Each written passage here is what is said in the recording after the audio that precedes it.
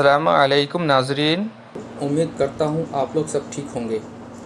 आज मैं आपको एक ऐसा वीडियो दिखाने वाला हूँ जो एक बच्ची का है और उस बच्ची इसलिए काबिल तारीफ़ है कि उसने कुरान की तरबियत अच्छी पाई है। इसके साथ साथ उस बच्ची की वालदा के भी काबिल तारीफ़ कि उस वालदे ने अपनी बच्ची की ऐसी तरबियत की, जबकि कहा गया है खैरुकुम मन तअल्लमल कुरान व अल्लमा, तुम में सबसे बेहतर वो शख्स है जो कुरान सीखे और सिखाए। आज नेट के दौर में, आज मोबाइल के दौर में, आज बच्चे गेम कार्टून्स देखने में बिज़ी हैं, मोबाइल छोड़ने को तैयार नहीं। आज माएँ मोबाइल हर वक्त व्हाट्सएप पे बिज़ी, फेसबुक पे बिज़ी, सीरियल से देखने में लगे हुए हैं। ऐसे दौर में एक बच्ची की तरबियत मैं आपको दिखाना चाहता हूँ। ये देखें। अऊज़ु बिल्लाहि मिनश शैतानिर रजीम, बिस्मिल्लाहिर्रहमानिर रहीम, ला उक़सिमु बिहाज़ल बलद, ला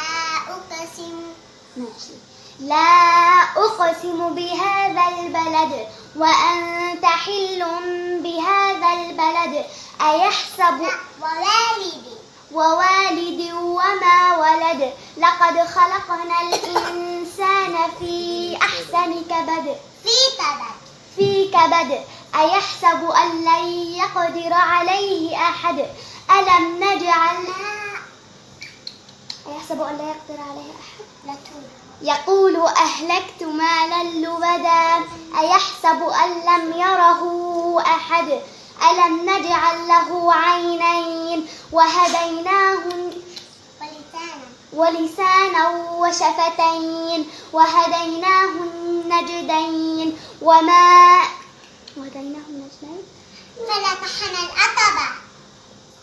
فلاقتحم العقبة وما أدراك ما العقبة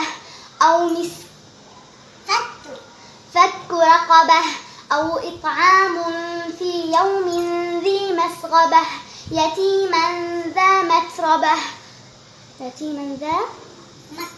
مقربة أو مسكينا ذا متربة ثم كان من الذين آمنوا وتواصوا بالصبر وتواصوا بالحق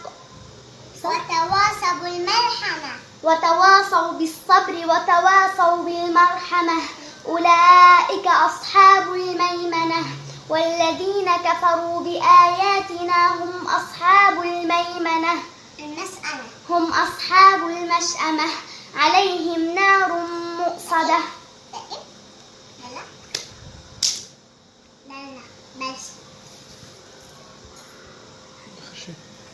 عليهم نار مؤصدة।